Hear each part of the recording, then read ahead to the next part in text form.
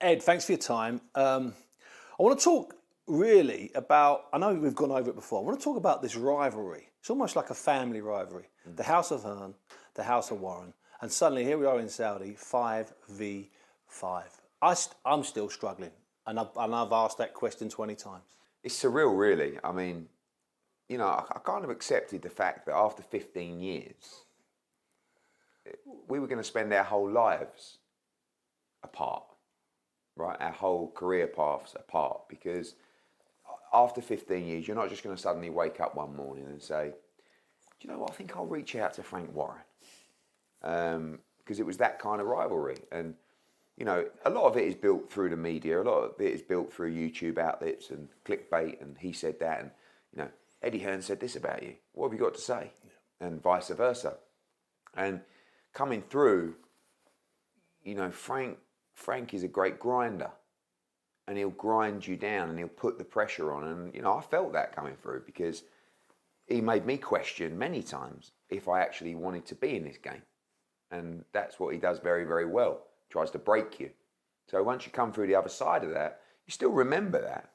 And, I talked to him about that on a TNT interview as well, that period of time. So, yeah, for me it was done. It wasn't, I wasn't waking up every morning angry about Frank Warren, but that was him.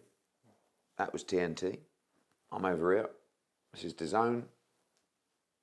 Go away, never met you, not going to talk to you. Enjoy your life. Did you speak to your father, Barry, or did Barry ever speak to you in that period, like 2013, 14, 15, 16, 17 and 18, about maybe doing fights with Frank or maybe doing deals with Frank or doing business with Frank? Never really. I mean, one thing that my dad's always said about Frank is you'll really enjoy his company, socially, but for us, we're just two different companies, we do business differently.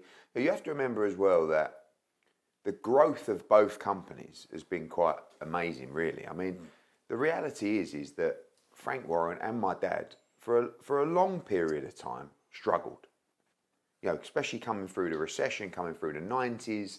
And it's only really, for Matchroom, over the last, 10 years, where we've gone to another level. And Queensberry, probably a little bit more recently, with Tyson Fury and obviously Saudi Arabia, now major players in the sporting world. So I kind of feel like the life that my dad and Frank have now, with their companies, probably makes them a little bit calmer because they're not out, grafting and living every day like they were during that period. Going back to, don't forget these two sort of bumped heads years before the world of boxing, in snooker halls. And, my dad used to put the fruit machines into nightclubs, and Frank had some nightclubs. Yeah, they were all in the same kind of, the world. So, and for a long time, like I said, it weren't all roses in the business. It wasn't always Rolls Royces and Bentleys. It was, 12-bedroom houses. Exactly. So, but now I think they're both chilled out. But, my dad always, I think even now, my old man's probably like, say, well, how you getting on, son? Yeah, good. I was out to dinner with Frank last night. Watch yourself. Do you know what I mean? Because I think that's... But it was quite funny the other day because a couple of months ago now, but we obviously built this relationship and, I'm quite close to George and, and I'll be out with Frank sometimes socially as well. And we had a meeting with His Excellency and we were actually discussing boxing, snooker, other kinds of bits.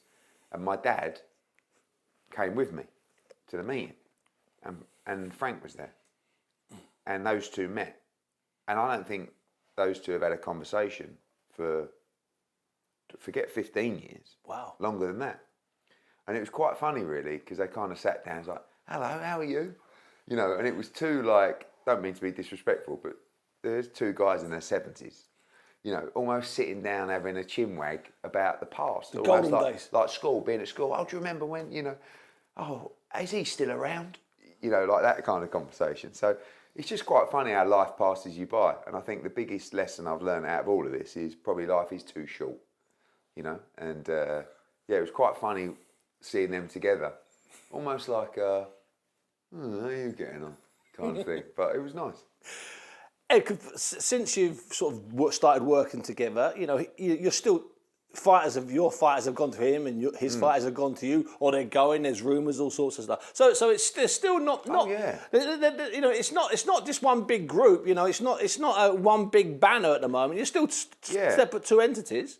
It's funny. There's actually a fighter the other day that we were going to sign, quite close to signing, and then his manager came on, and he was like, "Look, you know, we've had George Warren on trying to sign us, and you know, and actually in the end they offered him a really good deal, and I said to him, you should, and he went with them, and but when I heard that, I was like, oh, right, okay, it's like still like that, is it? So I think we need that in our lives. I don't just want to wake up every morning and just hello everybody, I'll do what you want, you know, it's nice. We've got to have a little bit of bite, a little bit of fire. I mean, what we don't do is, you know, we're honest. We always have been, and we're honest with them. And we do work together on a lot of things. And in that instance, I might say to him, just to let you know, I know you've put an offer in for this kid. We're going to pass, so you crack on, kind of thing. Whereas before it might be, no, we'll increase our offer. Don't let him get him. No Whatever chance. you do, exactly. So, yeah, there's definitely, they're looking out for themselves. They're not looking out for Matchroom. But, you know, we're making so many fights now. I mean, you know, you had Joe Caldina against Kakachi recently. We just had Chev Clark against Elis Zorro coming up. We've got Liam Davis against Shabazz Massoud. They're things that we never even have a conversation to make those fights happen. So this is just the beginning. But British boxing benefits from you two working together and the ability to put fights like those three you've mentioned there, like fights you've mentioned there, and other fights together. British boxing benefits. Oh, without doubt. I mean, I do see a lot across social media of they should have done this years ago. You know, this would have been. But also, don't forget, British boxing is where it is because me and Frank, Matchroom and Queensberry, have worked our proverbials off to fight each other. And in doing so, have created all these big shows, all these big nights, all these big fights, all these big purses to beat each other. You know, so now there's other benefits of working together, and it is great for boxing. But you know, we wouldn't be where we are both respectively without that hunger and that desire to win, and that brings us to Saturday. And Saturday itself with the 5v5, we know it's just the start of a whole series of these that could go global. Is that right? Is that what I'm hearing? The concept is fascinating. I mean, the narrative is everyone's talking about Frank v Eddie. You know, you go into the press conference area, there's pictures of me and Frank up on the billboards, and you know. But I look at this as not just that, because that is fascinating, but the team concept here and the point scoring concept. It's never been done before in boxing. We're going to have a situation on Saturday night where there's a rolling graphic on the screen with the points, right?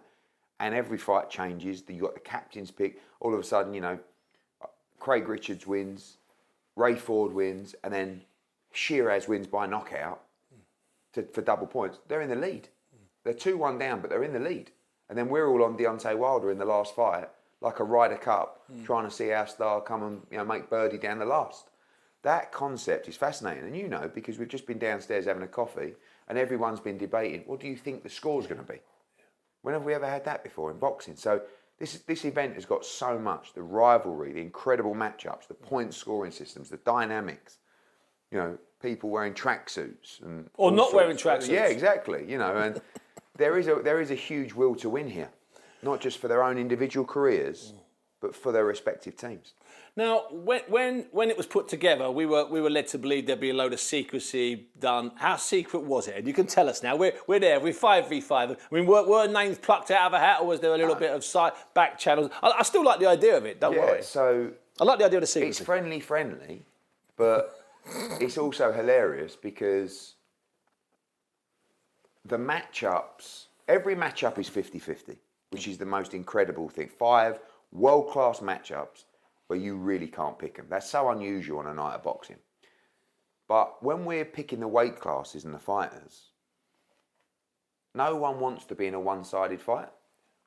So, you know, I'll give you, off the top of my head, I can't remember. George would say to me, what about if we pick so-and-so, you've got so-and-so in that weight class. You know, I'm thinking, he's 8-0.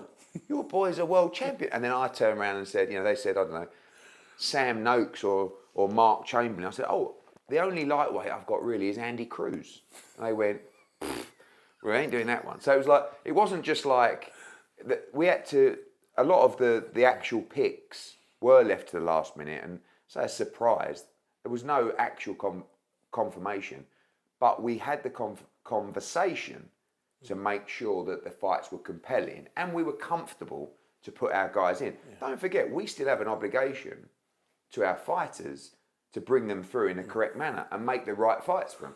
We can't just say, oh, by the way, you're in this team competition, you're up against this bloke, good luck. So when we look at we did speak to the fighters and say, look, this is a fight that could take place. They've also got this guy or this guy, but it could be one of these. Are you happy with that fight? And the answer was yes, especially when you talk about Wilder. I mean, Wilder Zhang's never been a fight that's been mentioned. No. Really. Came from nowhere. Yet makes perfect sense.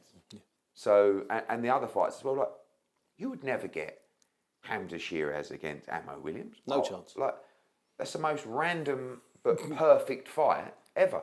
Undefeated Brit, undefeated American, right? I think 1 and 3 in the WBC. Like, both completely different characters and personalities. Stick them together, you've got a world-class middleweight fight. Even Craig against Willie. I've never even thought about that fight. What a fight! Yeah, perfect fight for both. Ed, let's assume you win 3-2. Let's assume Frank wins 3-2. In theory, are you still going out next Tuesday in Mayfair for a nice fish supper? Yeah, it's more the flight home.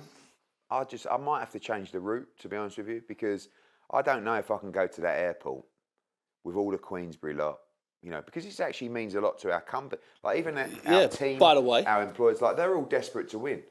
And we all get on well, but, the flight home will be horrific, and I can just look over there and across the plane and just see Frank, triumphant. Right? It's that with his arms raised in the lounge. Because we can say, no, of course we want to win, but this is going to be great. I've got to listen to him in interviews saying, well, we're the best. We just won. We just won the 5v5. That was to decide who was the best.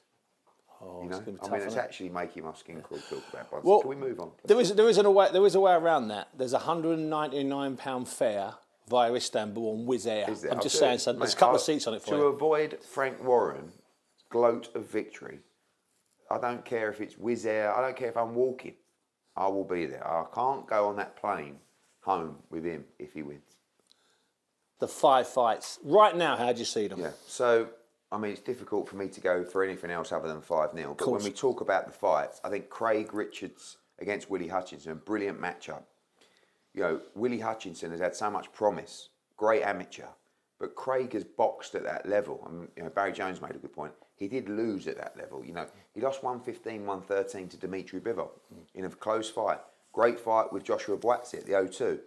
So I favour Craig Richards in that fight, but a lot depends on actually if we're going to see what some people thought we might see from Willie Hutchinson, which was a world-class light heavyweight, or previously super middleweight. So I think Craig will break him down and actually stop him late in that fight. Nick Ball against Ray Ford is just an unbelievable matchup. Like, style-wise, these match up so well. Ray, excellent boxer. We saw him can stand and trade, stop Komatov with 12 seconds to go in his last fight to win the world title.